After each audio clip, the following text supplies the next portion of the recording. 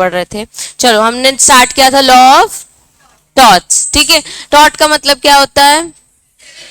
Civil wrong. और taught की जो टॉट किस वर्ड से डिराइव्ड है? Tatum, that is a Latin word. Taught खुद एक फ्रेंच वर्ड है, ठीक है, जिसका मतलब है सिविल रॉन्ग और रॉन्गफुल कंडक्ट, ठीक है। तो टॉट जो खुद एक फ्रेंच वर्ड है, उसका मीनिंग है रॉन्गफुल कंडक्ट या रॉन्गफुल एक्ट। और टॉट एक टॉटियम वर्ड जो कि एक लैटिन वर्ड है, वहां से है, जिसका मतलब क्या है? ट्विस्ट। टॉट को लिमिटेशन एक्ट सैलमन और फ्रेजर और विनफील्ड ने डिफाइन किया हुआ है। जो लिमिटेशन एक्ट है उसके अंदर डेफिनेशन क्या है कि वो एक्सक्लूसिवली ब्रीच ऑफ कॉन्ट्रैक्ट और ब्रीच ऑफ ट्रस्ट नहीं है, और भी बहुत कुछ है, ठीक है। ऐसी सैलमन ने अनलिक्विड डैमेजेस को हाईलाइट किया है कि भाई उन्हीं के लिए रेमेडी मिलेगी जो कि अनलिक्विडेड आपको डैमेज होंगे। उसके बाद फ्रेजर ने बोला है कि इन्फ्रिंजमेंट ऑफ राइट होगा तो आपको उसकी रेमेडी मिलेगी। और विनफील्ड ने हाईलाइट किया है कि आपकी ब्रीच ऑफ ड्यूटी, मतलब आपकी ड्यूटी है कि आप अपनी लीगल ड्यूटी को फॉलो करो। उसके बाद हमने देखे थे कुछ काइंड्स, हमने स्टार्ट किए थे काइंड्स ऑफ टॉर्टियस लाइबिलिटी, ठीक है, और उसकी जनरल कंडीशंस। तो जो लाइबिलिटी अगेंस्ट सिविल रॉन्ग है, सबसे पहली कंडीशन हमने चालू की थी, जिसमें क्या देखा था हमने? मनी वाला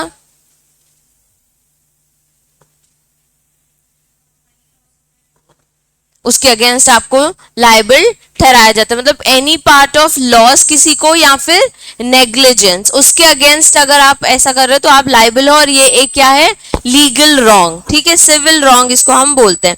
हमने इंपॉर्टेंट क्वेश्चन देखा था general conditions for a taught. क्या है अंशिका?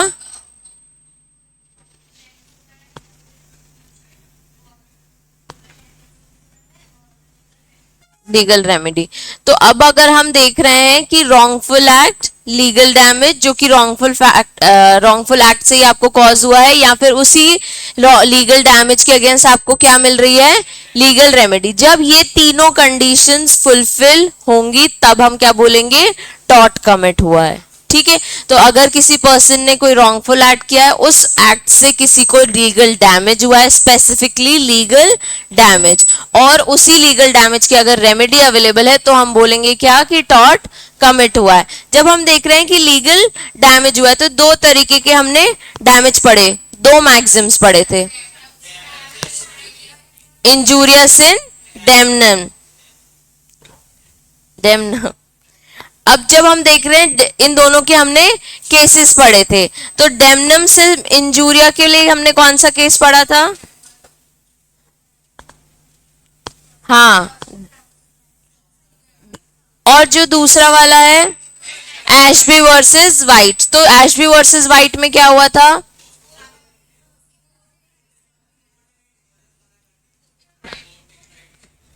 उसको एक पर्सन को वोट करना था, उसको वोट नहीं करने दिया, ये बोल के कि जिसे तुम्हें वोट करना है वो ऑलरेडी जीत रहा है, तो उसका जो राइट टू वोट है वो आपने क्या किया है? इन्फ्रिंज किया। ये क्या है? एक लीगल डैमेज है, ठीक है, ये एक लीगल डैमेज है, इसके अगेंस्ट उसको लीगल रेमेडी मिलेगी अंडर टॉट, और ये एक रॉन्गफुल एक्ट भी है। जब हमने देखा डैमनम सेम इंजूरिया मतलब डैमेज विदाउट इंजरी, मतलब कि उसने एक अनदर ब्रिटिश स्कूल या इंग्लिश स्कूल ओपन कर लिया, उससे उसको डैमेज तो हुआ है पर कोई इंजरी नहीं है, इसलिए हम उसको बोल रहे हैं वो एक लीगल डैमेज नहीं है। सिर्फ लॉसेस और ऐसे आपको कुछ कॉम्पनसेशन भरना पड़े उसको हम ये नहीं कहते कि आपको कोई डैमेज हुआ है। अब हमने फिर देखा था लीगल रेमेडी कि जब भी रॉन्गफुल एक्ट होगा तो उसके अगेंस्ट आपको एक रेमेडी मिलेगी। रेमेडी क्या? कि आपको कॉम्पनसेशन मिल जाएगा या आपका काम ठीक करवा दिया जाएगा, ठीक है। फिर हमें स्टार्ट करना था मेंसरिया। बच्चों एक होता है मेंसरिया, एक होता है एक्टिसरिया। ये तुम्हारी बुक में नहीं है, मैं सिर्फ तुम्हें एक्सप्लेन कर रही हूँ। मेंसरिया सबको पता है, गिल्टी माइंड, ठीक है। ऐसे दिन भर में बहुत कुछ होता है कि हमको इतना गुस्सा आता है कि हमको ऐसा लगता है कि यार इसको तो हम बहुत जोर से मार ही देंगे, ठीक है, बस आज इतना गुस्सा आ रहा है कि किसी ना किसी को तो हमें मारना ही है। तो क्या हमें ये जो गुस्सा आ रहा है, क्या हमने सबको मार दिया? क्या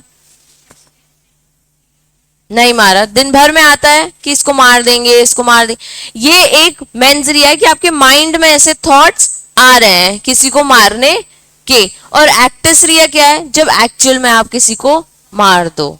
ठीक है, तो हम बोल रहे हैं कि जो टॉट है उसमें हमने ये चीज पढ़ी है कि हाँ किसी के साथ ऐसा गलत काम करने का, रॉन्गफुल एक्ट करने का कोई इंटेंशन हो, जानबूझ के नोइंगली कोई चीज निग्लेक्ट करे।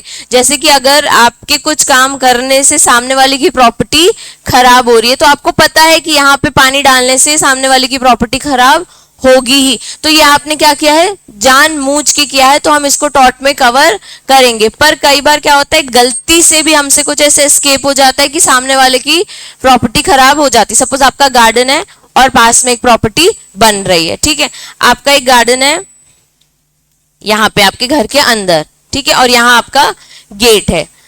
अब यहाँ एक पर्सन की प्रॉपर्टी बन रही है, उसने खूब सारा सीमेंट और मिट्टी वगैरह रोड पे रखी हुई है, हमारे सब रोड पे रख देते हैं। ठीक है, ट्रक आया, ट्रक उसने ध्यान नहीं दिया, वो यहाँ पे गार्डन में मस्त अपने पानी डाल रहा है, वो अपने पूरे पिलर वगैरह पे उसने जो प्लांट्स रखे वहां पानी डाल रहा है, उसका पूरा पानी उसकी सीमेंट की बोरियों में जा रहा है।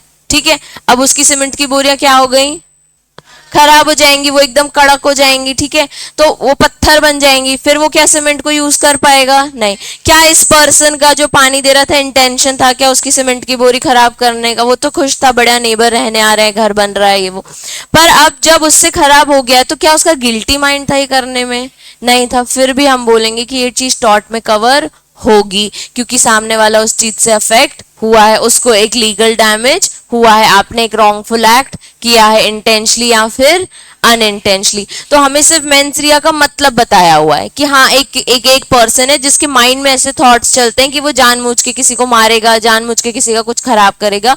पर कई बार विदाउट इंटेंशंस भी आपसे गलती हो जाती है, तो सामने वाले को कॉम्पनसेशन मिलता है, वो इतना राइट रखता है कि आपके अगेंस्ट लाइबिलिटी ठहराए और आपके अगेंस्ट कॉम्पनसेशन के लिए एक्शन ले। ठीक है, तो मेंस रिया और guilty mind creates liability on principle. Mere act of a person is not enough to create his liability. The general principle lies in actus not facit reum nis mens sit rea. ये जितने Maxim's है ना तुम्हारी book में, ये तुम्हें पता होने चाहिए एटलीस्ट इनके मीनिंग, क्योंकि डायरेक्टली वो मैक्सिम पूछ लेंगे। ठीक है, तो इसका मतलब the act itself creates no guilt in absence of guilty mind. मतलब कि क्या, उसका पानी डालना एक ऐसा एक्ट था जो उसके गिल्टी माइंड में नहीं था, पर एक ऐसा उसने रॉन्गफुल एक्ट क्रिएट कर दिया। ठीक है, भले उसका गिल्टी माइंड नहीं था। इसमें दो चीजें कवर होती है, एक fault state of mind when relevant और दूसरा लाइबिलिटी विदाउट फॉल्ट। अब अगर उसको पता था कि सामने पड़ोसी आ रहा और उसको नहीं चाहिए था कि वो अच्छा पड़ोसी नहीं है, वो जानबूझ के उसकी सीमेंट वगैरह गिरा करता, तो उसने क्या किया था, फॉल्ट है। ठीक है, और अगर गलती से हुआ है उससे तो वो क्या है, फॉल्ट विदाउट फॉल्ट है। मतलब तो लाइबिलिटी विदाउट फॉल्ट यानी जब आपके इंटेंशंस ऐसे नहीं थे पर फिर भी आपके अगेंस्ट लाइबिलिटी आएगी। Many branches of law of torts like assault, battery, false imprisonment, deceit, malicious prosecution and conspiracy, ये सारे वर्ड्स के मतलब पता है। सबसे पहला है असॉल्ट। असॉल्ट यानी किसी को थ्रेटन करना बेसिकली और मार ही देना। ठीक है, धमकाते धम। बैटरी इज बेसिकली कि मारना और उसको इतना धमकाना कि अब तू मेरे से बहुत गंदी तरह से पिट जाएगा। ठीक है, बैटरी मतलब होता है कि जब आप एक एक्शन करने के लिए उसको बार बार बोलते हो। असॉल्ट मतलब जब वो एक्शन आप कर देते हो। ठीक है, मतलब battery, assault is actually an attempt to kill someone और battery is actual killing someone, actually harm जब आपने किसी पर्सन को पहुंचा दिया है। फिर फॉल्स इम्प्रिजनमेंट यानी चार दीवारों के अंदर किसी को बंद करना, गलती से जानबूझ के किसी को भी जेल में डालना। इसके एग्जाम्पल भी था कि एक पर्सन ने क्या किया था, किसी के बैग में गोल्ड देखा था, विदाउट नोइंग कि वो उसकी ओन प्रॉपर्टी, उसको जेल में डाल दिया। भाई पहले पता तो होने दो कि वो उसका ही गोल्ड है कि चुराया हुआ गोल्ड है। ठीक है, तो ये क्या है, आपने फॉल्स इम्प्रिजमेंट किया है। उसके बाद डिसीट यानी धोखा देना, डिसऑनेस्टली बिहेव करना। ठीक है, उसके बाद फिर मैलिशियस प्रोसिक्यूशन, यही गलती से उसको जेल में डाल देना या ऐसे इंटेंशंस, ऐसे काम करना कि वो बंदा जेल में जाए, जानबूझ के झूठी झूठी बातें बोलना, गलत एफआईआर फाइल करना कि वो पर्सन जेल चला जाए। और फिर कॉन्स्पिरेंसी यानी सीक्रेटली कुछ प्लान्स करना किसी के अगेंस्ट। ठीक है।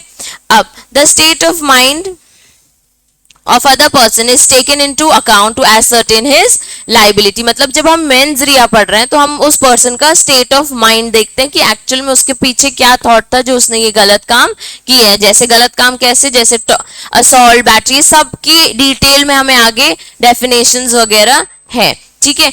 अब defendant conducts may be innocent and the act done might be due to accident that all should be taken into account. भले वो इनोसेंट हो या फिर जानबूझ के करे, मैंने वही बोला कि इंटेंशनली करे या फिर विदाउट इंटेंशन, तभी भी हम उसको बोलेंगे कि तुमने ये सारे टॉर्ट्स परफॉर्म किए हैं, असॉल्ट किया है, बैटरी किया है, डिसीट किया है, डेफेमेशन किया है, ये सब में अगर आप कवर होगे तो आपको लाइबिलिटी आएगी। Liability without fault, there are cases where in the mental state of the doer stand irrelevant and the liability still falls under the shoulder of the doer। मतलब उसके ऐसे एक्शंस नहीं थे पर फिर भी उसकी लाइबिलिटी आ गई, even if that was done without any wrongful intention or malice।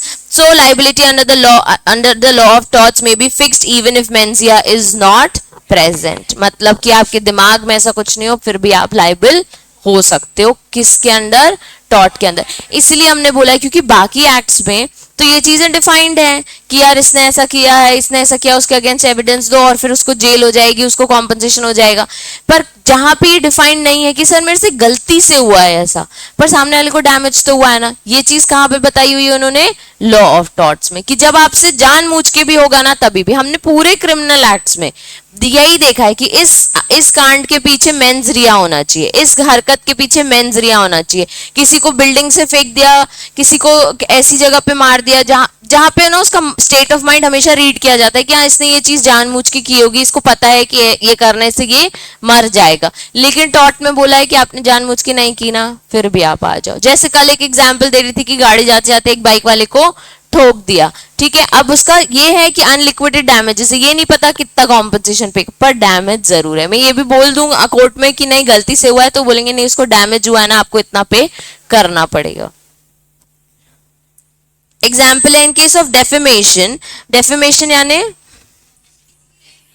किसी की रेपुटेशन खराब करना, उसके अगेंस्ट कुछ ऐसे वर्ड्स यूज कर लेना जिससे उसको बहुत मेंटली हार्म हो कि यार मेरे अगेंस्ट मेरे को ऐसे कैसे रिप्रेजेंट किया जा रहा है, ठीक है। The defendant is liable even when he did not intend to defame but acted way in turned out to be defamatory. मतलब किसी का कुछ ऐसा बोलना जबकि उसके इंटेंशंस ऐसे नहीं थे पर फिर भी पकड़े जाएंगे। कई लोग ऐसे, कई रिपोर्टर्स है जो सोशल मीडिया में दूसरों की न्यूज़ डालते हैं। अब उनका इंटेंशन ये है क्या कि हम इस पब्लिक इमेज को खराब कर दें या इस पब्लिक स्टार को हम खराब कर दें, उनका इंटेंशन ऐसा नहीं होता है। पर कई बार उनके कुछ वर्ड्स खुद ही स्टार्स अपने इसमें डेफेमेशन ले लेते हैं, ठीक है। तो इसके लिए वो लोग उसके अगेंस्ट एक्शन ले सकते हैं और वो रिपोर्टर्स लायबल रहेंगे, ठीक है। The provision regarding no fault liability covered under section 140 of motor vehicle, जैसे कि with the death or permanent disablement of any person has resulted from accident arising out of use of a motor vehicle or motor vehicles, the owner of the vehicle shall be jointly and severally liable। ऐसी कोई bike आपने खरीदी, उससे आपको permanent disability हो गई या आपकी डेथ हो गई तो owner of that motor vehicle को जरूर हम लाइबल ठहराएंगे, ठीक है। नहीं, आपकी वो बाइक में ही प्रॉब्लम थी, जैसे मैंने न्यू बाइक खरीदी, ठीक है। अब बाइक खरीदते ही साथ जैसे मैंने स्टार्ट की और मेरी वहीं पे डेथ हो गई, ठीक है। उसमें ऐसी कुछ बैटरी लगी हुई थी कि जिससे वो बर्स्ट आउट हो गई गाड़ी। तो जिसने वो बनाई है मशीन, जो मोटर व्हीकल का ओनर है, जो ब्रांड का ओनर है, वो उसके लिए लाइबल रहेगा। कॉम्पनसेशन के लिए इसमें कॉम्पनसेशन इस एक्ट में भी दिया है कि डेथ के केस में 50,000 भरनी है और परमानेंट डिसेबल्ड मतलब हो सकता है मेरा हाथ या पैर कुछ ऐसी चीजें टूट जाए जिसको आप परमानेंट डिसेबल्ड में कवर करते हो, ठीक है। तो वो चीजों के लिए उसको 25,000 रुपए भरने पड़ेंगे, ठीक है। अब आ जाते हैं बच्चे स्ट्रिक्ट और एब्सोल्यूट लाइबिलिटी। दो चीजें हैं, एक स्ट्रिक्ट लाइबिलिटी और एक एब्सोल्यूट लाइबिलिटी। यहाँ पे और वर्ड लिखा है पर ये दोनों कहीं ना कहीं इंडिविजुअली एक्सप्लेन्ड है। तुमको क्या लगता है स्ट्रिक्ट और एब्सोल्यूट में क्या डिफरेंस होगा? एक इंडिया में है, एक हाँ, एक सही बात है, एक इंग्लैंड में है और एक इंडिया में है, ठीक है। स्ट्रिक्ट लाइबिलिटी इंग्लैंड में है, एब्सोल्यूट लाइबिलिटी इंडिया में है। स्ट्रिक्ट लाइबिलिटी में ना कुछ एक्सेप्शंस हैं कि अगर मैं बोल रही हूँ कि अगर आपके इंटेंशंस ऐसे नहीं थे तो हो सकता है आप कुछ एक्सेप्शंस के अंदर बच सकते हो, लेकिन एब्सोल्यूट लाइबिलिटी में हमने बोल दिया आप नहीं बच सकते। लेकिन एब्सोल्यूट लाइबिलिटी का रूल ही कहाँ से आया है? स्ट्रिक्ट लाइबिलिटी से, इंग्लैंड से ही आया है, ठीक है। तो इंग्लैंड में एक केस हुआ था जिससे हमने बिल्ड किया स्ट्रिक्ट लाइबिलिटी और उसमें कुछ एक्सेप्शंस आपको दे दिए। एग्जाम पॉइंट ऑफ व्यू से हमें दोनों पता होना चाहिए, इट्स नॉट जस्ट इंडिया में जो है हमें वो पढ़ना है, ठीक है। और एब्सोल्यूट लाइबिलिटी में भी एक केस हुआ था जिससे जजमेंट आया सुप्रीम कोर्ट का और उस जजमेंट में क्लियर हो गया कि इसके रिगार्डिंग हम आपको कोई एक्सेप्शंस नहीं देंगे, आपको एब्सोल्यूट लाइबिलिटी है, मतलब पूरे पब्लिक को, हर एक पर्सन को जिसको भी उस चीज से डैमेज हुआ आपको कॉम्पनसेशन देना पड़ेगा। हम दोनों केसेस डिस्कस करेंगे। बच्चों पहले हम समझते हैं कि ये क्या होते हैं।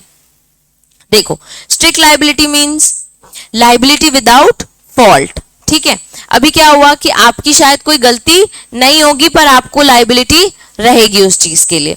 उसके बाद फिर क्या होगा कि विदाउट फॉल्ट यानी आपके इंटेंशन ऐसे नहीं थे, ठीक है। इसके बाद विदाउट इंटेंशन और नेग्लिजेंस, आप अपने बिजनेस में इतने पूरे थे कि आपको पता ही नहीं था, आपसे वो फॉल्ट हो गया है पर आपको स्ट्रिक्ट लाइबिलिटी लगेगी, इसलिए हमने उसको नाम दिया है स्ट्रिक्ट लाइबिलिटी। क्योंकि क्यों आप बार बार बोल रहे हो सर हमने ऐसा किया ही नहीं, सर हमें पता ही नहीं था ये कैसे हो गया, हमें नहीं पता था ये गलत काम कैसे हो गया, हमें नहीं पता आपकी सीमेंट की बोरी कैसे पत्थर बन गई, मैंने कुछ नहीं किया, मैंने कुछ नहीं किया।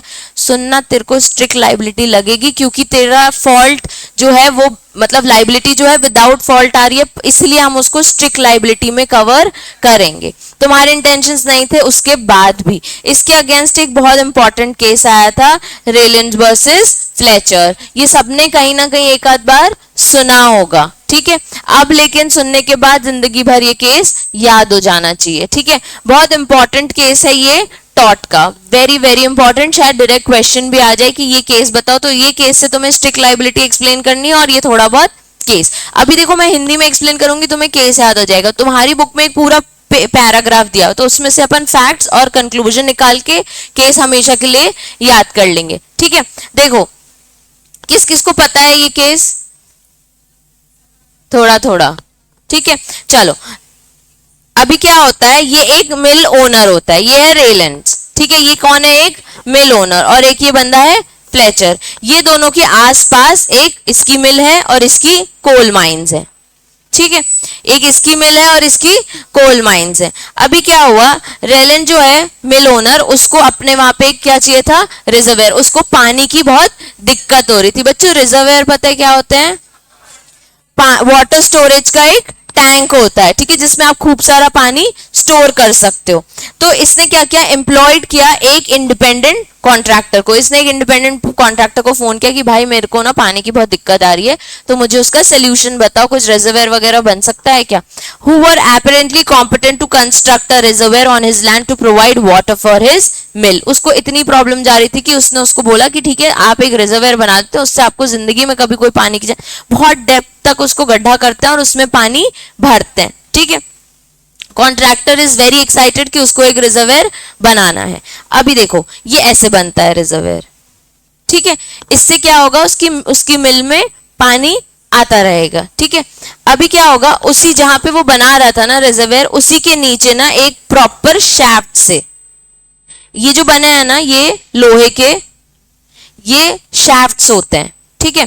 इसके ऊपर रिजर्वेयर बनाना था। मतलब क्या होता है, हमारी पूरे ऑफ कोर्स इंडिया में जहां जहां मिल्स हैं ये वो, वहां धरती के नीचे भी कुछ ना कुछ बना हुआ है। तो जहां पे इसकी मिल थी ना, उसी के वहां पे उसको रिजर्वेयर बनाना था। अब उसके वहां पे यहाँ पे ये शैफ्ट्स बने हुए थे, ठीक है। इसको देखना है तो ऐसे देखो, ये देखो ये रेलैंड का साइड है, ये फ्लेचर का साइड है। यहाँ पे उसको रिजर्वेयर बनाना था और यहाँ पे माइन के शैफ्ट्स बने थे। इसकी जो मिल थी ना कोल माइंस की, वो नीचे थी थोड़ी, उसके यहाँ पे भी नीचे शैफ्ट्स बने थे। तो जो रिजर्वेयर बनाया ना वो उसने थोड़ा ऊपर बनाया, ठीक है। अब जैसे ही रिजर्वेयर बनाया, इसमें इसने पानी भरा, इसके पूरा पानी नीचे से ट्रांसफर होके इसके शैफ्ट्स में गया और इसके कोल माइंस में पानी चला गया, ठीक है। इसके यहाँ पे पानी आने से बहुत सारे लेबर की डेथ हो गई, ठीक है। तो आपने जो काम किया रेलैंड ने, उसका काम उसको क्या करवाना था? एक रिजर्वेयर बनवाना था, लेकिन वहां पे क्या थे, शाफ्ट्स थे। कॉन्ट्रैक्टर को पता था शाफ्ट्स हैं, उसने देखा कि अरे जंग लग गई है, छोड़ो, उसने ध्यान नहीं दिया। ठीक है, उसने ये चीज देखी थी पर उसने बिल्कुल ध्यान नहीं दिया। लेकिन रेनल्ड को पता था कि यहाँ शाफ्ट्स हैं, नहीं पता था। उस कॉन्ट्रैक्टर को पता था। उस कॉन्ट्रैक्टर ने जब रिजर्वेयर बनाया तो उसने ध्यान नहीं दिया कि ये जंग वंग लग गई है, कोई बात नहीं, कुछ नहीं होगा, और उसने उसका काम कर दिया, पैसे ले लिए और बोला बढ़िया पानी आएगा। लेकिन जैसे ही पानी उसके अंदर फिल हुआ, उसके बाजू वाले फ्लेचर्स की कोल माइन में पूरा पानी चला गया और लेबर बहुत अफेक्टेड हुआ और डेथ भी हो गई बहुत लोगों की। तो ये जो फ्लेचर है, इसने इस पे मुद्दा उठाया। ठीक है, इस पे मुद्दा उठाया कि यार इसके यहाँ से पानी आने पे मेरे यहाँ पे ऐसी दिक्कत हुई है। रेलैंड बोल रहा है मेरी कोई गलती नहीं है सर, मुझे पता ही नहीं था वो जंग लगे हुए शाफ्ट से वहां से पानी आ जाएगा, मुझे इन सब चीजों का कोई आइडिया नहीं था। तो क्या रेलैंड बच पाएगा? नहीं बच पाएगा। क्यों नहीं बच पाएगा बच्चों? क्योंकि वो इररिस्पॉन्सिबल है, प्लस स्ट्रिक्ट लाइबिलिटी कवर हो रही है। यहाँ पे तुम्हारे कोई इंटेंशन नहीं थी किसी और की माइंड को खराब करने के लिए, पर तुम स्ट्रिक्ट लाइबिलिटी के अंडर कवर हो गए हो क्योंकि तुमने ऐसा काम किया जिसमें तुम्हारा इंटेंशन नहीं था, जिसमें शायद तुम्हारा कोई फॉल्ट भी नहीं था, तुम्हारे इंडिपेंडेंट कॉन्ट्रैक्टर का ही फॉल्ट था, पर इन सब का बॉस कौन था? इसलिए तुम लाइबल होगे। ठीक है, तुम रिस्पॉन्सिबल हो ये सब चीज करने के।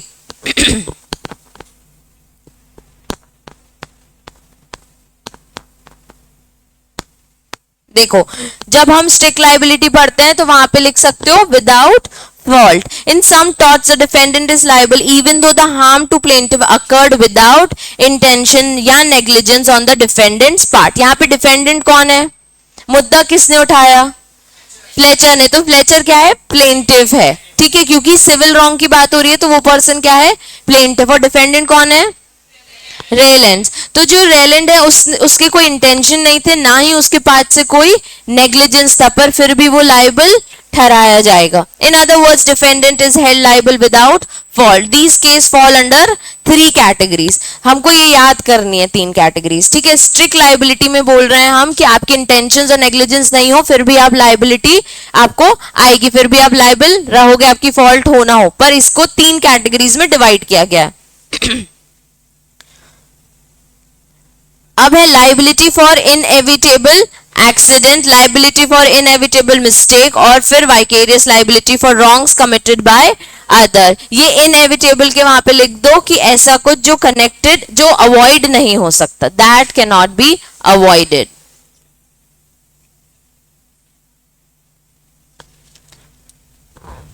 तो ऐसा एक्सीडेंट जिसको हम अवॉइड नहीं कर सकते, मतलब लेबर्स की डेथ होना और उसके पूरा कोल को खराब होना, ये एक्सीडेंटली हुआ था क्योंकि उसके शाफ्ट से पानी चला गया। उसने ऐसा पानी तो भरा नहीं कि डायरेक्टली जाए, बल्कि उसने रिजर्वेयर तो बहुत ऊपर बनाया हुआ था। तो ये एक्सीडेंट जो हुआ है ये हम अवॉइड नहीं कर सकते, तो इसलिए आपकी लाइबिलिटी आएगी। आपकी कोई ऐसी मिस्टेक जो हम अवॉइड नहीं कर सकते, मतलब इंडिपेंडेंट कॉन्ट्रैक्टर को पता होने के बाद भी उसने जो वहां पे इतना बड़ा रिजर्वेयर बना दिया, ये उसकी गलती है, ये हम अवॉइड नहीं कर सकते। और फिर vicarious liability for wrong committed by others, इसमें कांड किसने किया था? इंडिपेंडेंट कॉन्ट्रैक्टर ने। लेकिन इसमें पूरी लाइबिलिटी किसकी आ रही है? रेलैंड की, जो कि डिफेंडेंट है। तो उसमें वो बोलेगा कि मैंने नहीं, इंडिपेंडेंट कॉन्ट्रैक्टर ने बनाया। इंडिपेंडेंट कॉन्ट्रैक्टर को एम्प्लॉय किसने किया? आपने किया, तो आपकी लाइबिलिटी आएगी। तो सबसे पहले इनएविटेबल एक्सीडेंट की लाइबिलिटी, इनएविटेबल मिस्टेक की लाइबिलिटी, और फिर रॉन्ग कमिटेड बाय अदर्स। तो इसमें आपकी वाइकेरियस लाइबिलिटी है। वाइकेरियस लाइबिलिटी तुम लोगों ने मुझे बताया था, जब कोई थर्ड पार्टी कुछ कांड करती है तो उसके ओनर को या उसके मास्टर को या उसके एम्प्लॉयर को या उसके पार्टनर को लाइबल होना पड़ता है। ठीक है।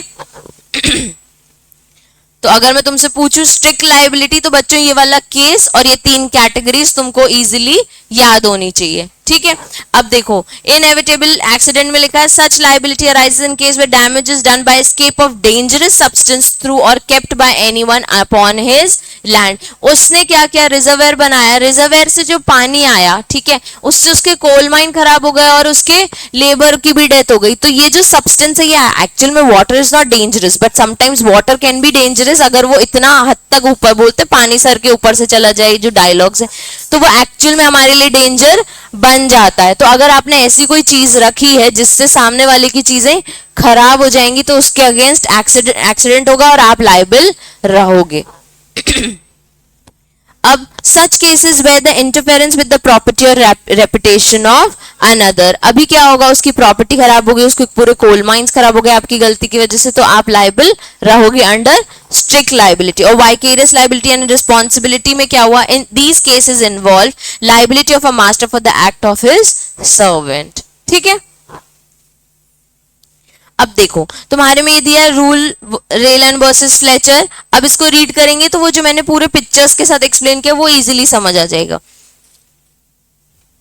इस एक्ट में क्या हुआ था, that a man act his peril and the insurance of the safety of the neighbour, ये नॉर्मली बताया हुआ है कि उसकी कुछ ड्यूटी थी, ठीक है, जो उसने फुलफिल नहीं करी, मतलब उसको पूरा चेक करना चाहिए था, इंडिपेंडेंट कॉन्ट्रैक्टर को उसको बताना चाहिए था कि यहाँ पे ऐसे शाफ्ट्स हैं जो बहुत ही पुराने हैं और उसमें पूरी जंग लग चुकी, तो माइट हैपन कि पानी नीचे आए। ठीक है, अब क्या होगा, such duty is absolute because it is independent of negligence on the part of defendant और his servants. It was held that if a person brings और accumulates his land anything which it should escape may cause dangerous to his neighbors, he does so on his own peril, मतलब अपनी मर्जी से अपने अपने ऊपर sir पे करता है ये काम, तो वो उसके लिए लाइबल भी रहेगा। If does not escape and cause damage is responsible, however careful may have been and whatever precautions he may take and prevent damage, मतलब कि हमने कुछ exceptions बताए हुए हैं कि उसने वो सब चीजों के अगर उसने उस चीज के ध्यान रखा होता,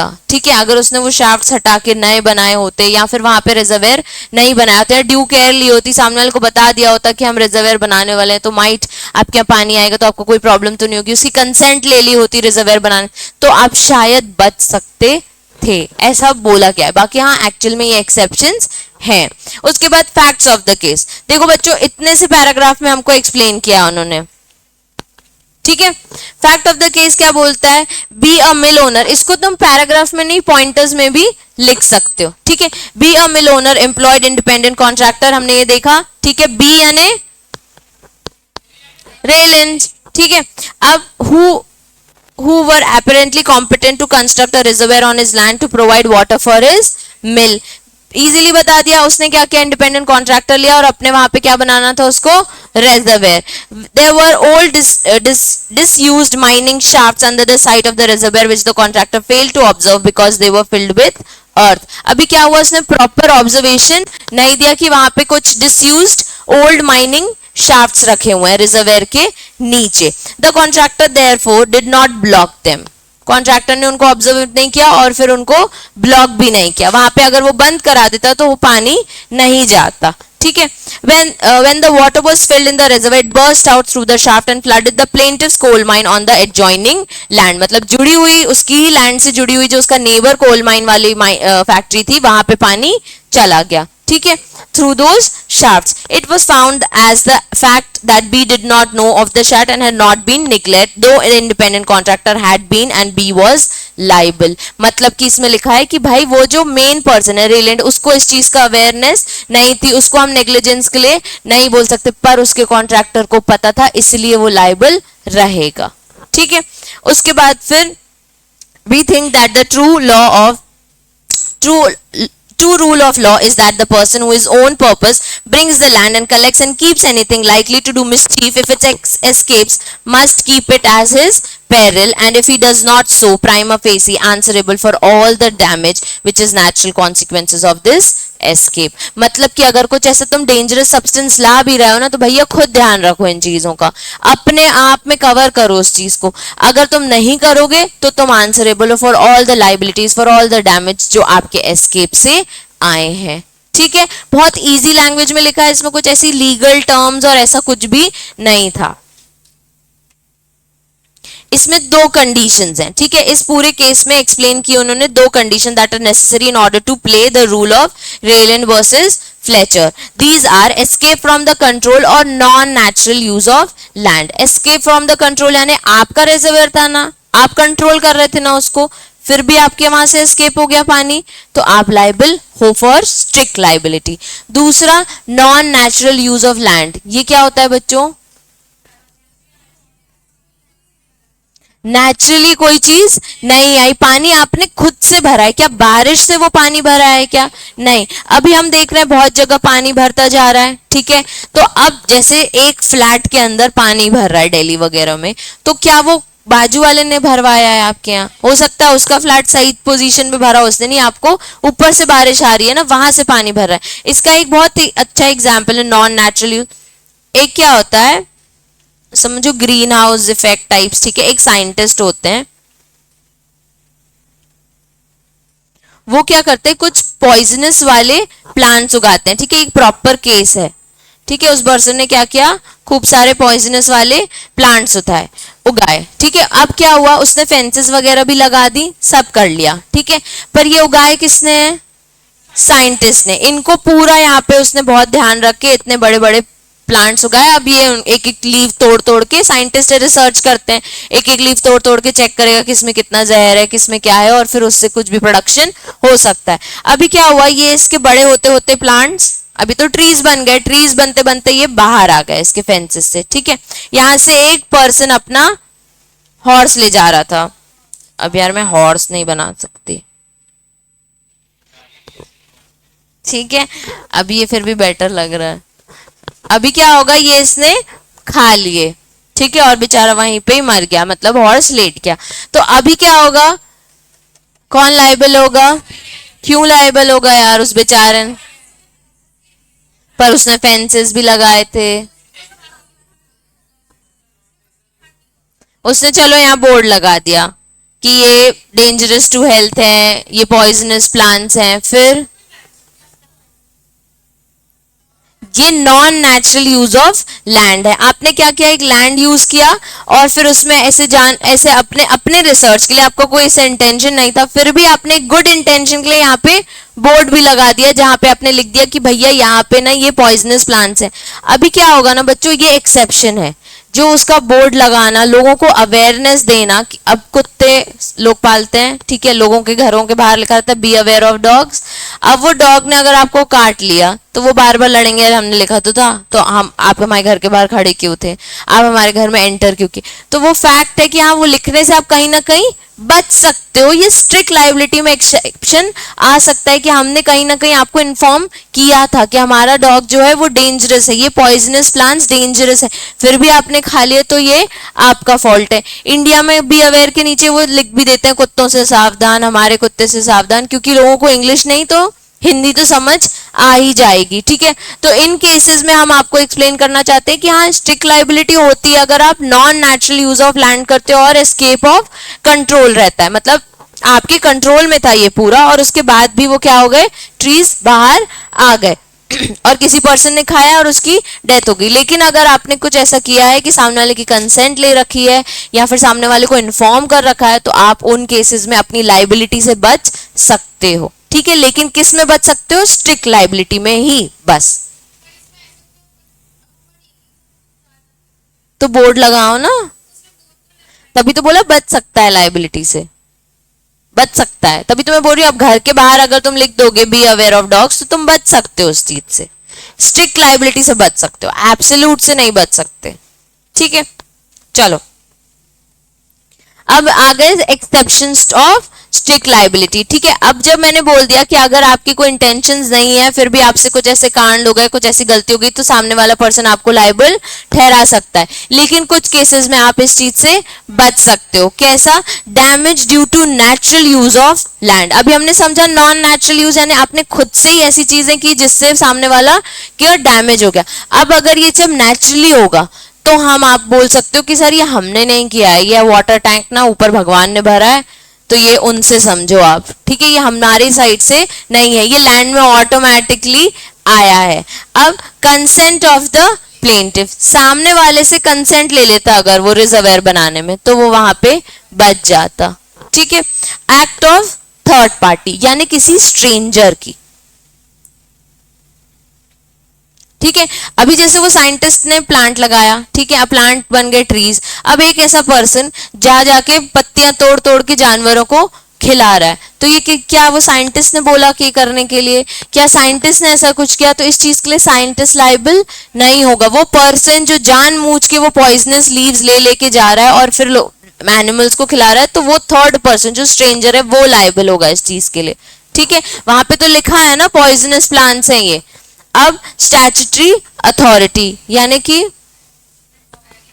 कुछ ऐसे लाइट, इलेक्ट्रिसिटी, वाटर जो हमें गवर्नमेंट प्रोवाइड करती है। अब मैं सोसाइटी में रहती हूँ, वहां का पूरा इलेक्ट्रिसिटी की चीज सोसाइटी करती है। ठीक है, अब बाजू वाले के यहाँ कुछ हो गया, बाजू वाले का मीटर अगर नीचे, ये सबकी सोसाइटीज में एक साथ मीटर हो गए सबके, तो बाजू वाले के मीटर तो मैं क्या उसको लायबल ठहराऊंगी क्या?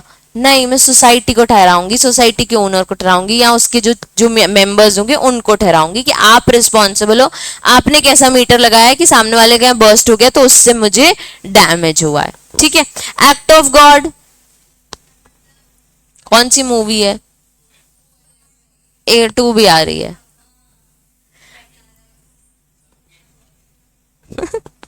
तो एक्ट ऑफ गॉड मतलब भगवान का किया हुआ में आप बच सकते हो। ठीक है, वो ओ माई गॉड में, ओ माई गॉड ही ना, हाँ, ओ माई गॉड में भी वो बार बार बोलता है कि ये एक्ट ऑफ गॉड है, हम आपको इस चीज का इंश्योरेंस नहीं देंगे। ठीक है, अब escape due to plaintiff's own default. अब जब वहां लिखा है कुत्तों से दूर रहो, be aware of my dogs, तो भी आप एंटर हो गए, तो किसकी गलती है? आपकी खुद की। पढ़े लिखे नहीं हो, नहीं पढ़ सकते, हिंदी में लिखा है, इंग्लिश में लिखा है, तो आप अगर अपनी ही गलती से ऐसे कुछ काम करोगे तो सामने वाले को डैमेज नहीं ठहरा सकते कि भाई हमको डैमेज हुआ है, आप इस चीज के लिए लायबल रहो। सामने वाले को नहीं बोल सकते इसमें तुम्हारी लायबिलिटी है, आपकी खुद की गलती है, आप खुद समझो। ठीक है, अब एक एक देखते हैं। हाँ,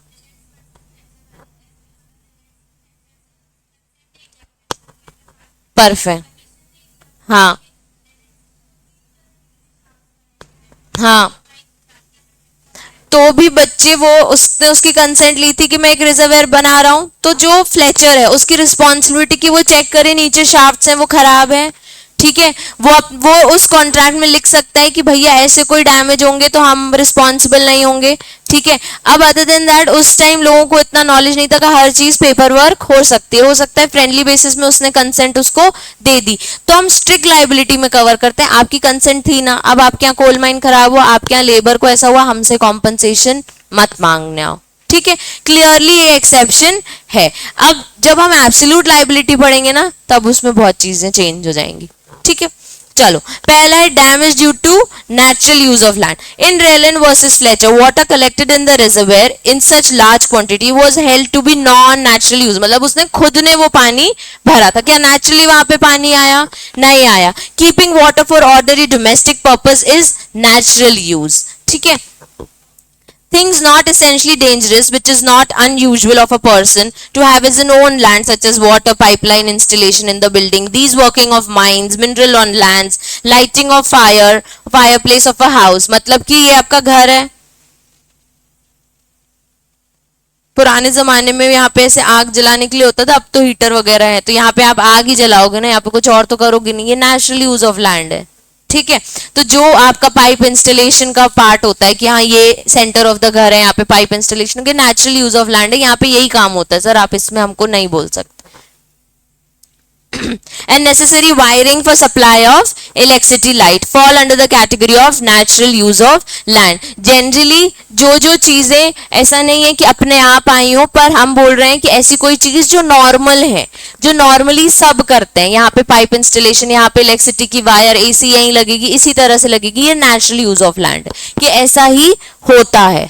ठीक है, example establishing a reservoir for generating power on a residential land amounts to non natural of land. अब घर में पानी चाहिए, उसके लिए आपने एक रिजर्वेयर बनाया है, घर के अंदर छोटे से टैंक पहले बनाते थे, तो हम बोल रहे हैं ये तो नेचुरल यूज ऑफ लैंड है, इससे किसी को डैमेज हुआ है तो आप स्ट्रिक्ट लाइबिलिटी के एक्सेप्शंस में अपने आप को कवर कर सकते हो। सर ये तो मैंने नॉर्मली बनाया है, ये तो सबके घर में, उनके खुद के घर में भी अगर इनको डैमेज हुआ है तो ये देखें कि कैसे हुआ है, मेरे जो नेचुरल यूज ऑफ लैंड की वजह से नहीं हुआ है। ठीक है, बिल्डिंग अ स्विमिंग पूल और water storage tank for domestic use is natural use of land. ठीक है, अब कंसेंट ऑफ प्लेंटिव, इसमें भी एक केस था कि किसी एक पर्सन ने ना स्विमिंग पूल बनाया हुआ था, ठीक है। अब उसका डॉग वहां स्विमिंग पूल के एजेस में चलते चलते चलते चलते स्विमिंग पूल में गिर गया। अब वो इतना डेप्थ था कि डॉग भी स्विम नहीं कर पा रहा था, तो अब वो उसकी वहीं डेथ हो गई। तो एक्चुअल में उसने टॉर्ट के अंदर, स्ट्रिक्ट लाइबिलिटी के अंदर या एब्सोल्यूट लाइबिलिटी में उसको कवर करने की कोशिश की, तो वो इस एक्सेप्शन में खुद को बच सकता है कि भाई स्विमिंग पूल है, तुम क्यों अपने डॉग को वहां भेज रहे हो। ऑब्वियस है कि उसके एजेस के वहां चलेगा तो वहां गिर सकता है, ठीक है। Consent of plaintiff, where the plaintiff has consented to accumulation of dangerous thing on the defendant lands, the liability under rule in Rayland versus Fetcher does not arise. अभी clear हो गया होगा आपको, ठीक है। Such a consent is implied where the source of danger is of common benefit for both and plaintiff and defendant. अगर consent में ये भी उसने बोल दिया कि भाई तेरे को भी काम आएगा ना पानी, तू भी यूज कर सकता है, बता दे, बनवा देता हूँ, बढ़िया इंडिपेंडेंट कॉन्ट्रैक्टर अच्छा है, तो भी हम बोलेंगे कि भाई कंसेंट भी थी, खुद भी बेनिफिट लेने वाला था, तो अब हमारे पास नहीं है कि तुम लायबल हो, तुमने बनवाया है, ठीक है। Example, A and B living in the same house complex given permission to install water pipes. One of the water pipe leaks, thereby causing leakage problem. Neither A nor B can seek damages. ठीक है। Act of third party. Act of third party क्या है? If the harm has been caused due to act of stranger who is neither defendant nor servant nor agent of the defendant has any control over him, the defendant will not be liable. Clearly बोल दिया, third party मतलब उसका servant agent नहीं, कोई ऐसा person, कोई ऐसा stranger, जो मैंने बताया साइंटिस्ट वाले केस में कि नॉर्मली चलते चलते एक पर्सन ने पेड़ तोड़े और किसी भी एनिमल्स को गिराया, तो इसका मतलब ये नहीं कि वो साइंटिस्ट, यहाँ पे वहां कोई बैठा हुआ कोई एजेंट, वो सब लाइबल होंगे, ये लोग लाइबल नहीं होंगे। कोई स्ट्रेंजर ने अपने बुद्धि से कुछ काम किया तो उसके लिए हमें लाइबल मत ठहराओ। Example, A has a bull tied in the garden which is properly fenced. मतलब कि बच्चों एक गार्डन था, बुल समझते हो ना, ठीक है, वहां पे बढ़िया एक बुल को उसने अच्छे से टाई कर दिया, ठीक है, फेंस के वहां पे अच्छे से टाई कर दिया और गार्डन को लॉक कर दिया। Be a passer by opens the fence and bull is on the loose. अभी क्या किया, एक बंदा नॉर्मली जा रहा था, उसने क्या कर दिया, वो फेंस को, वो गार्डन को खोलने की कोशिश की और जहां बुल लगा हुआ था वहां पे वो चीज लूज हो गई जो उसने अच्छे से बांध के रखा था। बुल एंड्स अप हिटिंग सी, अब बुल तो दौड़ के आया, उसने देखा उस सी ने रेड कपड़े पहने थे, उसने उसको मार दिया। A will not be liable under the law of tort since he had taken due care to safe keep the bull. अब ए तो अच्छे से बांध के गया था ना, बी ने, पासर बाय ने जो वहां से गुजर रहा था, उसने उसको खोलने की कोशिश की, तो इसके लिए बी लाइबल होगा, ए को हम लाइबल नहीं ठहरा सकते, ठीक है। Statutory authority, sometimes public bodies storing water, gas, electricity and like are by statute exempted from the liability as long as they have taken due reasonable care. मतलब हमारे पब्लिक बॉडीज ने अगर हमारे लिए कुछ कर रखा है और विथ रीजनेबल केयर कि इसमें पब्लिक को कोई हार्म ना हो, तो हम उनको लाइबल नहीं ठहराएंगे। स्ट्रिक्ट लाइबिलिटी के एक्सेप्शंस में वो कवर हो जाते हैं। अब इसमें एक केस था Green versus Chelsea water works, जिसमें dependent company has had a statutory duty to maintain continuous supply of water. A main belonging of the company burst without any fault on his part as a consequences of which plaintiff premises were flooded with water. It was held that company was not liable as the company was engaged in performing its statutory duty. मैंने English में बोलती हूँ तो समझ आता है कि बताऊं हिंदी में भी? आ गया ना, बहुत इजी वर्ड्स में लिखा है इसलिए हिंदी में दोबारा नहीं बोल रही हूँ। हाँ, इसमें बस वो यही बोल रहा है कि एक कंपनी है जो कि ऑफ कोर्स गवर्नमेंट कंपनी है, उसने पानी भर के रखा था, वो बर्स्ट आउट हो गया क्योंकि किसी और की पूरी उसमें उसको पानी प्रेमाइसेस खराब हो गए पानी से, तो इसमें वो लाइबल नहीं ठहरा सकते क्योंकि उसने वो पानी स्टैट्यूटरी ड्यूटी में ही कवर करने की कोशिश की थी। Sudden bursting of water lines after taking due care causes flooding nearby areas. It was held that impose a liability on the water authorities if they had taken due care to prevent such situations. ऐसी बहुत जगह है जहाँ पे पानी भर के रखा होता है, कुछ टाइम फ्लड आया और वो पानी पूरा भर गया। हमने डैम्स बना रखे हैं, डैम्स हमारी गवर्नमेंट ने बना रखे हैं। अब इतनी बारिश हुई कि डैम्स के गेट खोलने पड़ गए, डैम्स के गेट खोलने, फिर भी इतनी बारिश हुई कि हमारी पूरी सिटी पानी में फ्लड हो गई, ठीक है। अब हम लोग सब घर के बाहर बेघर हो गए, हमारे घर डूब रहे हैं, सब कुछ हो रहा है, तो क्या हम इसमें स्टैट्यूटरी अथॉरिटी को लायबल ठहराएंगे? नहीं कराएंगे। हमारे लिए वो डोनेशंस वगैरह ले, दैट इज फाइन, पर हम उनके अगेंस्ट कोई एक्शन नहीं ले सकते, ठीक है।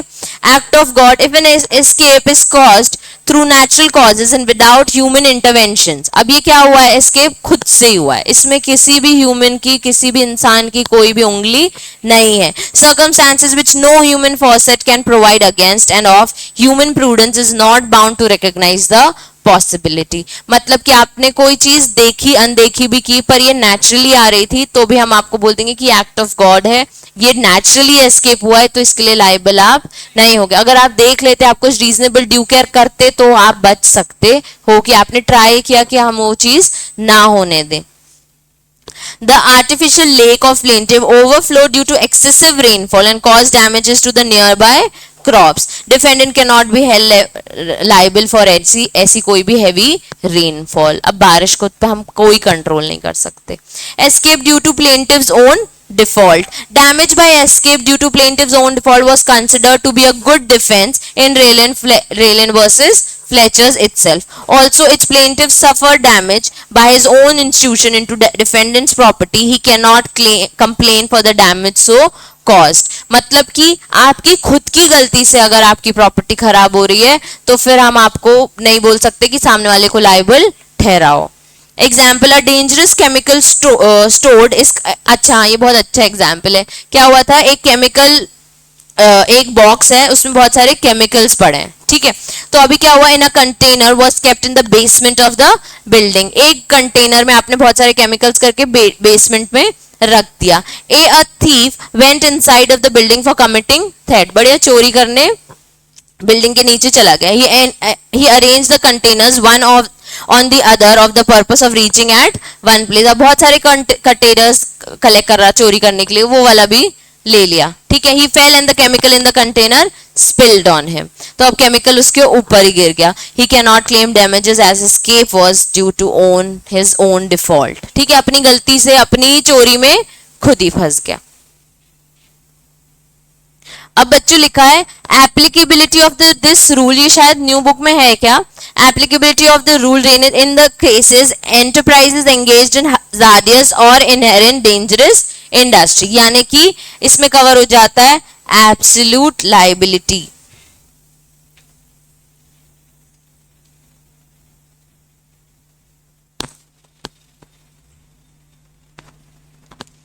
ठीक है, जब हमने लिखा ना स्ट्रिक्ट और एब्सोल्यूट लायबिलिटी, अभी तक हमने पढ़ा स्ट्रिक्ट लायबिलिटी बच्चों, और उसके बाद क्या पढ़ा, उसके एक्सेप्शंस। अब हम देखेंगे एब्सोल्यूट लायबिलिटी।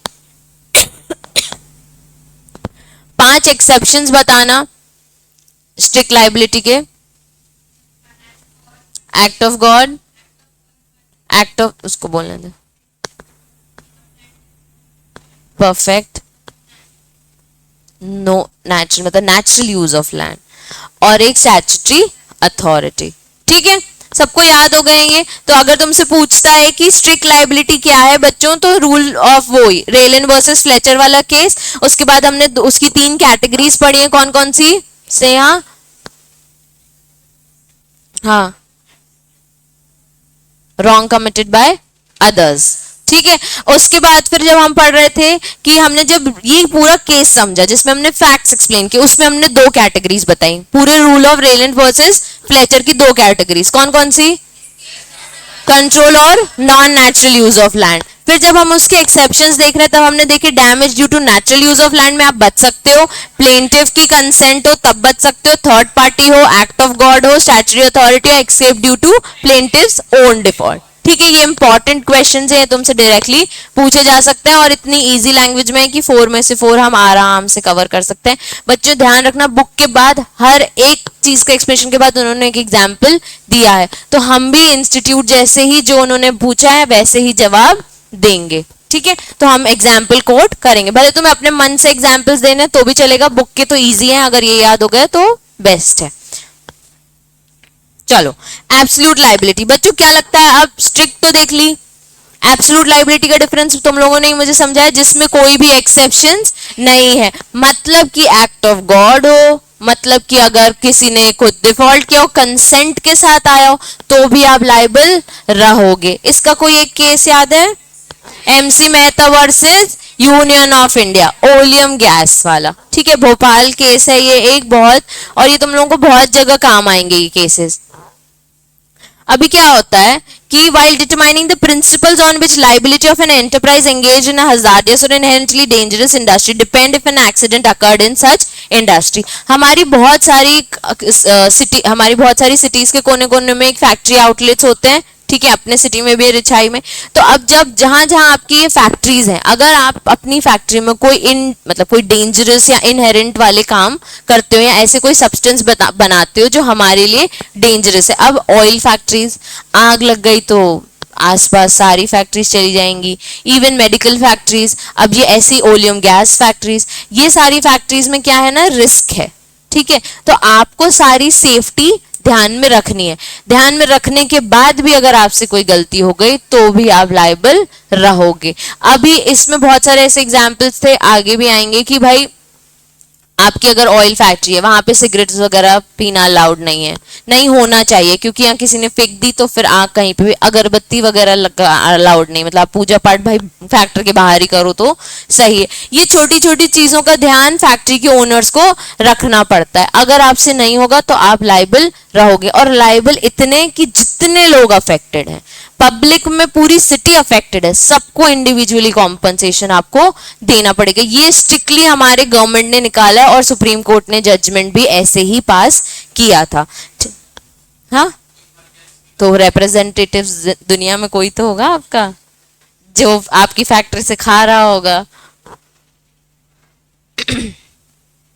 देखो, on the question of natural liability of hazardous enterprise यानी बच्चों डेंजरस, ठीक है, जो मैंने बोला risky enterprises, the court while noting that the above rule has developed in the England recognizes certain limitation or responsibilities recorded in the final view as follows। मतलब court ने जब देखा रूल ऑफ ये रेलन वर्सेस फ्लेचर कि ठीक है भैया आपकी इंटेंशन से नहीं होगा और पब्लिक अफेक्टेड होगी तो हम लायबल आपको ठहराएंगे, ठीक है भैया, अगर ये एक्सेप्शंस हैं तो आप बच भी सकते हो। हम कह रहे हैं नहीं, हम अपना नया बनाते हैं। नया क्या बनाया उन्होंने, with the view we are of the view that the enterprise which is engaged in hazardous and inherently dangerous industry which possesses a potential threat to the health and safety of the person working in the factory and residing surrounding areas, मतलब वहां के लोग भी और आसपास रहने वाले लोग भी, अगर आपकी फैक्ट्री से ये रिस्क आ रहा है कि शायद किसी की हेल्थ या सेफ्टी को अफेक्ट हो सकता है, owns an absolute and non-delegible duty to community to ensure that no harm results to anyone on the account of hazardous or inherently dangerous nature of the activity which has been undertaken। मतलब आपकी factory में जो भी काम हो रहे हैं उससे आपकी फैक्ट्री के लोग, आपकी फैक्ट्री के बाहर के लोग अफेक्ट नहीं होना चाहिए, और ये आपकी ड्यूटी है। आपने ड्यूटी फॉलो की, उसके बाद भी आप रिस्पॉन्सिबल हो आसपास अगर कोई इस चीज से अफेक्ट होता है तो। The enterprise must be held liable to be under an obligation to provide the hazardous or inherently dangerous activity which is being engaged. The enterprise must be absolutely liable. ये इंपॉर्टेंट है, ठीक है, भले तुमने highest standards of safety cover की हो, सब किया, मैंने बोला ना उसने ये सारे रूल्स बना दिए, सिगरेट, अगरबत्ती, फायर के हर जगह एक्सटेंशंस लगा दिए, सब कुछ कर लिया, उसके बाद भी तुम एब्सोल्यूट लायबिलिटी रखते हो to compensate for such harm, and it should be no answer to the enterprise to say that it had taken all the reasonable care that the harm occurred without the negligence on his part। भैया तुम घर जाके चैन से सो भी रहे हो ना, तुम मत सो, क्योंकि तुम्हारी फैक्ट्री में अगर कुछ भी गलत हुआ तो तुम कॉम्पनसेशन भरोगे, तुम हर एक उस काम के लिए लायबल रहोगे, नो मैटर तुमने कितनी भी ध्यान रखे हो।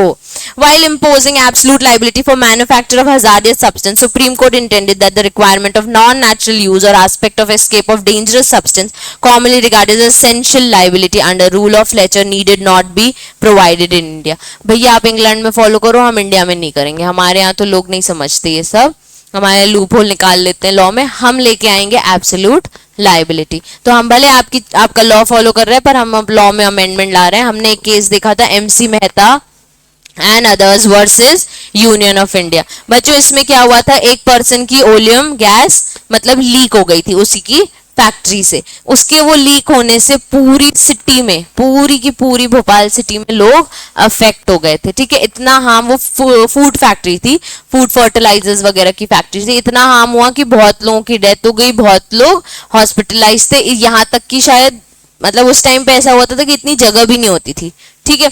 तो आपके ये होने से हमने आपको एब्सोल्यूट लायबिल कराया है और हमने बोला है कि ईच पर्सन जो भी आपसे अफेक्ट हुआ है आपको सबको पैसे भरने पड़ेंगे। Commonly known as oleum gas leak. Case का नाम क्या है? MC Mehta and others versus union of India, और इस केस को हम क्या बोलते हैं? Oleum gas leak case. ठीक है, this case law change the face of applicability of the rule of strict liability in India. इस केस ने क्या किया? स्ट्रिक्ट लायबिलिटी को चेंज कर दिया। There was an escape of oleum gas from units of Shriram food and fertilizers industry on ये date को, and applications were filed for award of compensation to the person who had suffered harm on account of escape और oleum gas. मतलब इसमें ना एक PIL file हुई थी basically. तो पीआईएल यानी मूवीज में आता है यार, पीआईएल, हाँ, पी से पब्लिक, आई से पीआईएल। नहीं पता तुम बच्चों को? हाँ, पब्लिक नहीं नहीं, पब्लिक इंटरेस्ट लिटिगेशन। ठीक है, जैसे हम रिट पिटीशन सुने, रिट पिटीशंस, ठीक है, हाँ, सुप्रीम कोर्ट और हाई कोर्ट में ही फाइल होता है। वैसे एक पीआईएल होता है बच्चों, पीआईएल यानी पब्लिक इंटरेस्ट लिटिगेशंस। ये है ना, कोई भी person in the interest of public file कर सकता है। मतलब एमसी मेहता को कुछ बुरा नहीं हुआ था भोपाल गैस से। एमसी मेहता एक नॉर्मल बंदा है जिसने बहुत सारी दुनिया में पीआईएल फाइल की हुई है। एमसी मेहता के बहुत केसेस हैं, बहुत सारे। ठीक है, तो वो एक नॉर्मल बंदा था जिसने जाके पीआईएल फाइल की। हमने कोई, मुझे एग्जैक्ट मूवी का नाम भी याद नहीं आ रहा, उसमें भी पीआईएल उस एक पर्सन ने फाइल की हुई थी कि भाई ऐसा ऐसा हो रहा है हमारी कंट्री में। इन जनरल एमसी मेहता को भोपाल से कोई लेना देना ही नहीं था, ना ही उसको कुछ अफेक्ट हुआ था। वो रैंडमली देखा उसने कि यार ये गैस लीक हुई है, इतने लोग मर रहे हैं, इतने लोग ये हो रहे हैं, वो चला गया एप्लीकेशन लेके कि सर मैं ये पीआईएल फाइल करना चाहता हूँ, मेरा इस केस से कोई लेना देना नहीं है, लेकिन मैं चाहता हूँ पब्लिक के इंटरेस्ट में आप एक सही फैसला दो। तो MC Mehta was the person जिसने बहुत सारे सुप्रीम कोर्ट के ऐसे ऐसे फैसले लेके आए जिससे हमारे इंडिया में बहुत सारे चेंजेस आए हैं। तो इसने ये पीआईएल फाइल की। इससे फिर कोर्ट ने ध्यान दिया, ओ स्ट्रिक्ट लायबिलिटी तो नहीं है, ये नेचुरली हुआ है, पर नहीं, हम नहीं कंसिडर करेंगे इस चीज को, हम इसको बोलेंगे सबको लायबल, तुम लायबल हो, सबको कॉम्पनसेशन दो। अब क्या हुआ? Application for file for award of compensation to person who has suffered. Court held that an industry is required to make sure that no one is harmed when engaging a risky operation and should take care, मतलब endanger the health and safety of adjacent workers and residents. As a part of social cost of conducting such risky activities on its property, this industry is required to carry out its operations according with the highest standard of safety and must be fully accountable for compensation to anyone who has been harmed. ठीक है, तो ये MC Mehta चाहता था और वो हो गया। तो हमको कितना प्यारा छोटा सा केस समझा हुआ। वैसे ये बहुत लंबा, बहुत सारे फैक्ट, बहुत सारी चीजें, पर हमें इतना ही याद करना है। ठीक है, सबको समझ आ जाएगा। हमने एक देखा स्ट्रिक्ट लायबिलिटी जिसकी 3 कैटेगरीज हैं, फिर हमने वो केस पढ़ा rule of Rylan versus Fletcher जिसके 2 कैटेगरीज हैं, 2 एलिमेंट्स हैं। उसके बाद हमने उसके एक्सेप्शंस पढ़े। फिर हम आ गए एब्सोल्यूट लायबिलिटी में। बच्चों एब्सोल्यूट लायबिलिटी में बहुत कुछ लिखा है, पर हमको ये याद रखना है कि भैया यहाँ से यहाँ कि आपके ऊपर ऑब्लिगेशन है, आपके ऊपर ड्यूटी है कि आप सबकी लाइफ, हेल्थ, सेफ्टी का ध्यान रखो। इवन आपने रीजनेबल ड्यू केयर ली है तो भी अगर आपकी साइड से कुछ भी ऐसा कांड होता है, वो वाली फैक्ट्रीज जो हजार्डियस हैं, तो आप लाइबल होगे। इसी के लेकर हमने rule of Rylan versus Fletcher को चेंज किया इंडिया में, और हमने एक केस लेके आए MC Mehta versus union of India, जिसका केस का नाम क्या है? Oleum gas leak. इसमें बस ओलियम गैस हो गई थी, उसमें बहुत लोग हार्म हो गए थे, तो एमसी मेहता ने एप्लीकेशन फाइल की कि सबको कॉम्पनसेशन मिलना चाहिए। तो सुप्रीम कोर्ट ने बोला यस मिलेगा, नो मैटर उसने कितनी भी फैसिलिटीज दी हो, कितनी भी केयर की। उसके बाद लोगों को ना वो बहुत हॉस्पिटलाइज भी करा रहा था, वो बहुत अच्छा इंसान था जिसकी भोपाल गैस लीक, पर स्टिल तुमको सबको पैसे देने पड़ेंगे, और उसने दिए। ठीक है, होगा, हो ही नहीं सकता एमसी मेहता नहीं है, तो इसमें भी छोटा सा ही तो है। इतना सा कितने? 1 2 3 4 5 6 7 8 8 लाइन्स। क्या मैं ये स्क्रीनशॉट भेज दूं?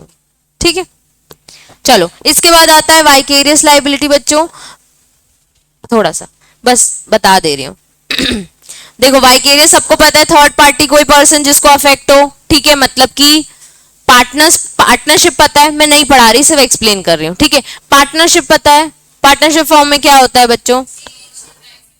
एजेंट और प्रिंसिपल का रिलेशन वो फॉलो करते हैं, मतलब कभी कोई प्रिंसिपल होता है कभी कोई एजेंट होता है। मतलब कि अगर पार्टनर्स ने, कोई भी एक पार्टनर ने कोई डिसीजन ले लिया तो वो सबको मानना पड़ता है, बाहर जाके कोई डील कर ली तो सबको माननी पड़ती है। वैसे ही अगर बाहर जाके उसने कोई कांड कर लिया तो सबको लायबिलिटी ठहरानी पड़ती है। तो इक्वली वो लॉसेस भी, इक्वली वो प्रॉफिट्स भी सब शेयर करते हैं, तो इक्वली वो कांड भी शेयर करेंगे। मतलब आपसे कोई गलती हुई है तो सारे पार्टनर्स को बेयर वो चीज करनी पड़ेगी। ऐसे ही हमने कुछ चीज देखा है, एक होते हैं प्रिंसिपल एजेंट, ठीक है, एक होते हैं पार्टनर्स, एक होते हैं मास्टर सर्वेंट, और एक होते हैं एम्प्लॉयर इंडिपेंडेंट कॉन्ट्रैक्टर और liability for the act of servant and employees. ये इंडिपेंडेंट कॉन्ट्रैक्टर वाला केस अभी हमने देखा, ठीक है। ये इसमें भी कुछ एक एक्सेप्शन है, वो हम कल डिस्कस करेंगे। बच्चों एक चीज बस ध्यान रखो, ये role of state in law of torts. State माने इंडिया, ठीक है। तो अभी कभी कभी क्या होता है कि कुछ ऐसी चीजें जो स्टेट से भी गलती हो सकती है,